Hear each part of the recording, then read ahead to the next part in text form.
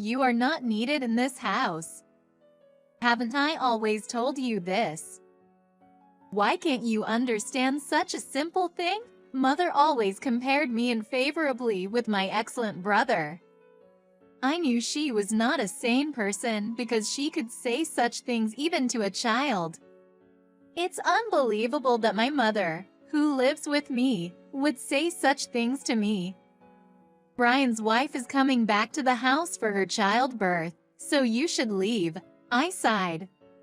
If she's going to say that, I don't care anymore. Understood. Saying that, I began to pack my belongings. My name is Jen. I am currently 28 and single. I wanted to get married like my brother. But I couldn't find a new encounter because I was too busy with work. My brother got married 3 years ago. He fell down the stairs and fractured his leg, so he was brought to the hospital where I work.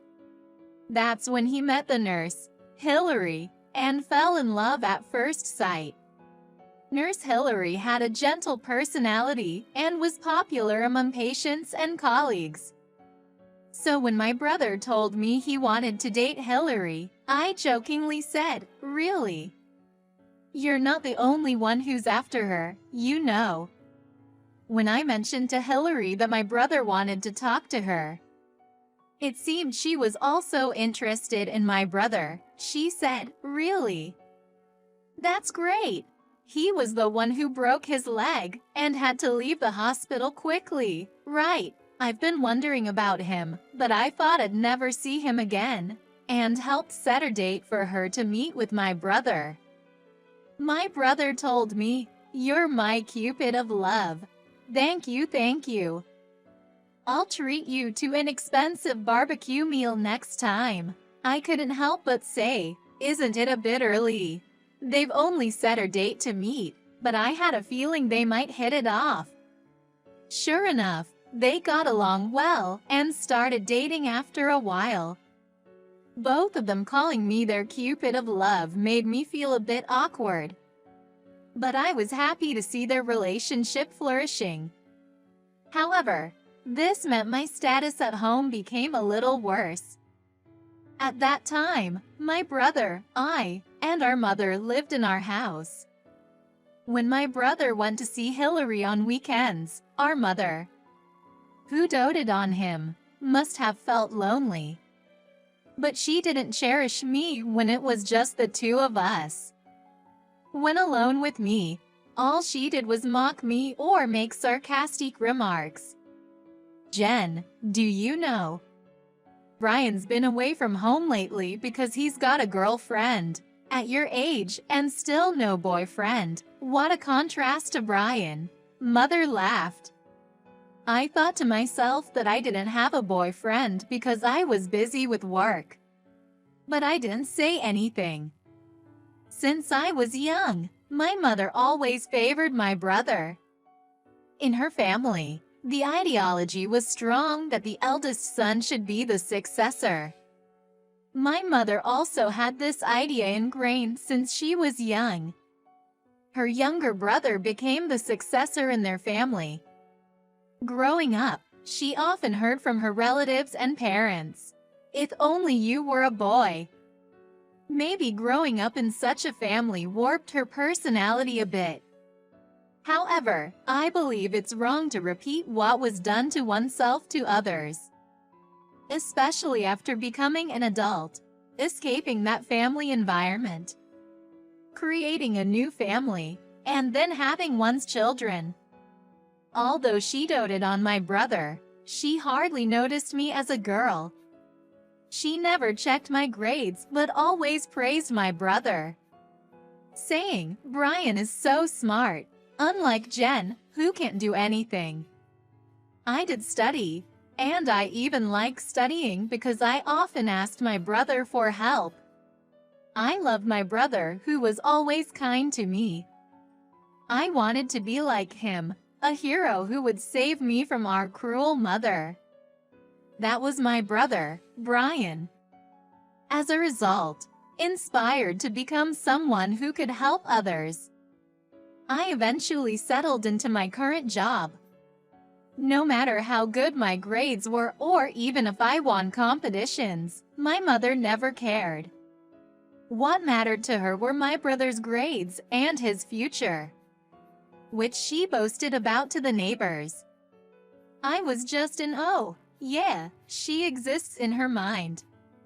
Therefore, I think mother knows everything about my brother, but when asked about me, she'd respond, Jen's university. She's probably at some third-rate university nearby. Haha. You know, she's always been not so bright and not very savvy, and I've seen her laughing and excitedly telling this to the neighbors when I open the window at home. So when she bragged about my brother to the neighbors, laughing about my incompetence, the neighbors looked uncomfortable. But my mother was drunk on her narrative, not caring about their reactions. Ryan and I never thought highly of mother.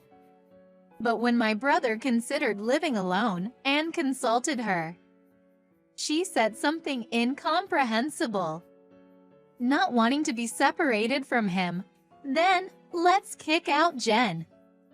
Why don't we just continue living in this house, just the two of us? She seemed to think my brother disliked me as she did. I admired my brother, and he took good care of me.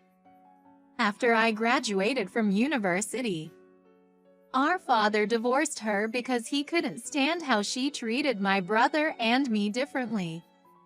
Ryan stayed at home because he was worried about what she might do to me. Fortunately, his workplace wasn't far from our home. During his job hunt, our mother repeatedly said, "Find a job you can commute to from home." So Brian had to comply. Given the situation, I thought mother would say she hated the idea of my brother moving out of the house if he got a girlfriend, and there was a possibility of marriage. However, I didn't need to worry about that at all. Instead, she started nagging me about not having a boyfriend. I was fed up, but thought, as long as she doesn't interfere with Brian and Hillary, it's fine. So I didn't particularly care. This continued even after my brother and Hillary got married. Mother didn't say anything special about my brother moving out to live with Hillary. When I said, "I thought you'd have something to say about Brian leaving home," mother snorted and said, "You wouldn't understand since you don't have a boyfriend or any plans for marriage. It's unthinkable to interfere with a newlywed couple's home. It's impossible to do certain things with others around. I want to see Brian's children soon." "You are dumb," she said, never forgetting to mock me, and then left. I see. Mother decided not to interfere with my brother and Hillary for a while because she wanted to see her grandchildren. However, 2 years after their marriage, mother visibly started getting irritated. She would say things like, "Normally, a woman who doesn't have a child within 3 years gets left by her husband. I'm just tolerating it because it hasn't been 3 years yet," quite openly in the house. But since she was saying these things to me, it meant she wasn't saying anything to Hillary. So I just listened to her venting her frustrations without saying anything back. I knew my brother and Hillary were planning to consider children once they had saved enough money. So I wasn't worried about them not having children. But it seems my brother didn't bother to tell mother about their plans. So she was not getting any information about him. Mother, who used to watch my brother's every move when we lived together, seems to have grown tired of not being able to check on him since he moved out. Mother began to hurl insults more than before every time she saw me. "You always look so gloomy. The place where you work must want to fire you right away. It's unthinkable that someone like you can work properly in society, she said. Well, I didn't care since her words were far from the truth. Then, before 3 years had passed, we received news that Hillary was pregnant. Mother was jumping for joy at this news. Is it a boy? It must be a boy. I've decided my first grandchild will be a boy, Mother said. Hillary replied, it's still too early to tell the gender. But Mother convinced herself it would be a boy and started buying baby items for a boy. Mother's behavior got even worse after Hillary said she would go to her parents' house for childbirth. When I got home, I saw Mother taking out a suitcase, so I asked her, "Are you going on a trip somewhere, Mom?" But she glared at me and said, "I'm preparing for you to leave this house." I was stunned because I had no intention of leaving this house. You are not needed in this house. Haven't I always told you this? Why can't you understand such a simple thing? As I stood there stunned, unable to accept her words, Mother repeated the same things she always said. I was the child who wasn't needed in this house. From the moment they knew I was a girl, they had the option not to have me. But they were stopped by my father and others around. My mother said she regretted having me. Every time she said this again, it pained my heart. Neither my brother nor father would ever say such things to me, but to my mother. I was indeed a child she wished she hadn't had. But why is Mother suddenly preparing for me to leave this house? Me, leave this house? What do you mean? When I asked, Mother raised her voice and said, Brian and Hillary are coming back here for her childbirth, so you should leave. I was initially shocked and saddened, but after hearing her words, I was utterly bewildered. But it would be pointless to say anything to Mother. I sighed. That's enough. Since Mother told me to leave, I will go. All right. But I haven't decided where to live next. It will take at least a week, I think. Mother kept muttering, You're so slow at moving out. Brian and Hillary won't feel comfortable coming here with a child like you around. But she fell silent when I started packing my belongings.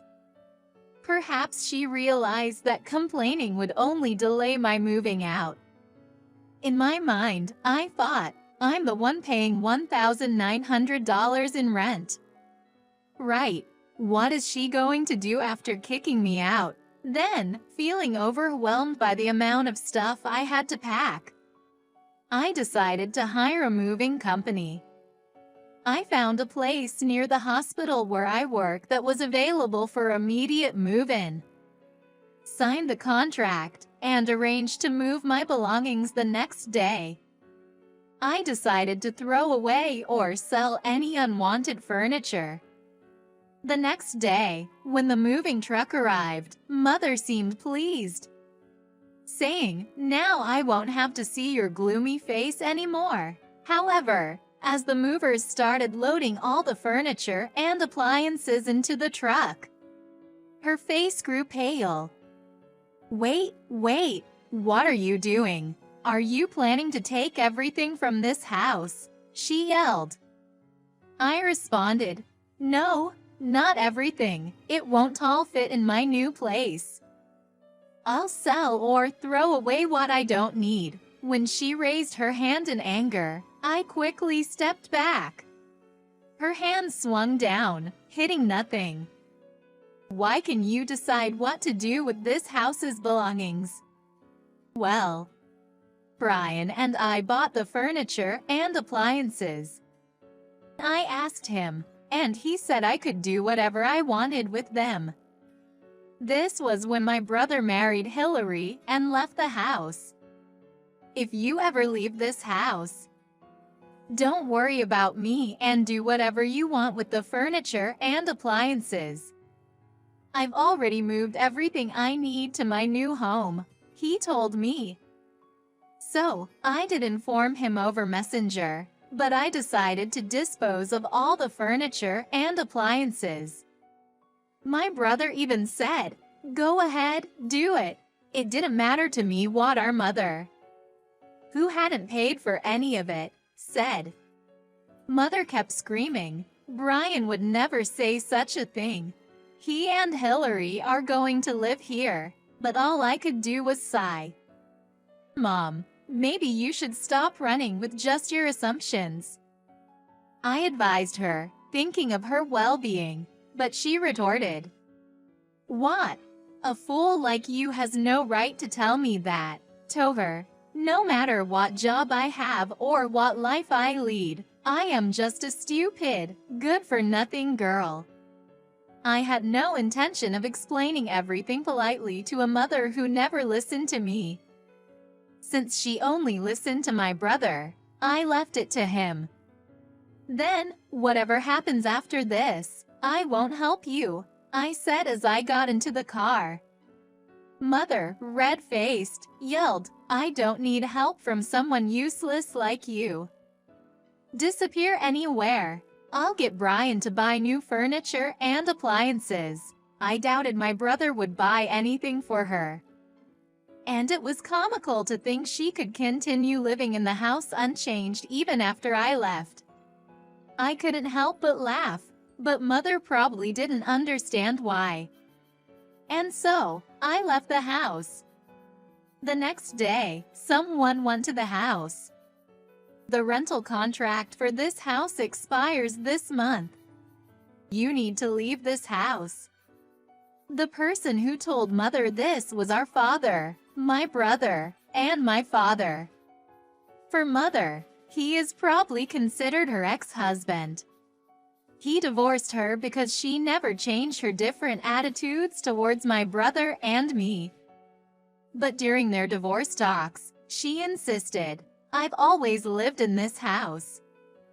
I won't leave. You're the one who should leave." For some reason, Mother, thinking this house was hers, refused to listen to anyone and made a fuss for 3 months, leading Dad to allow her to continue living here.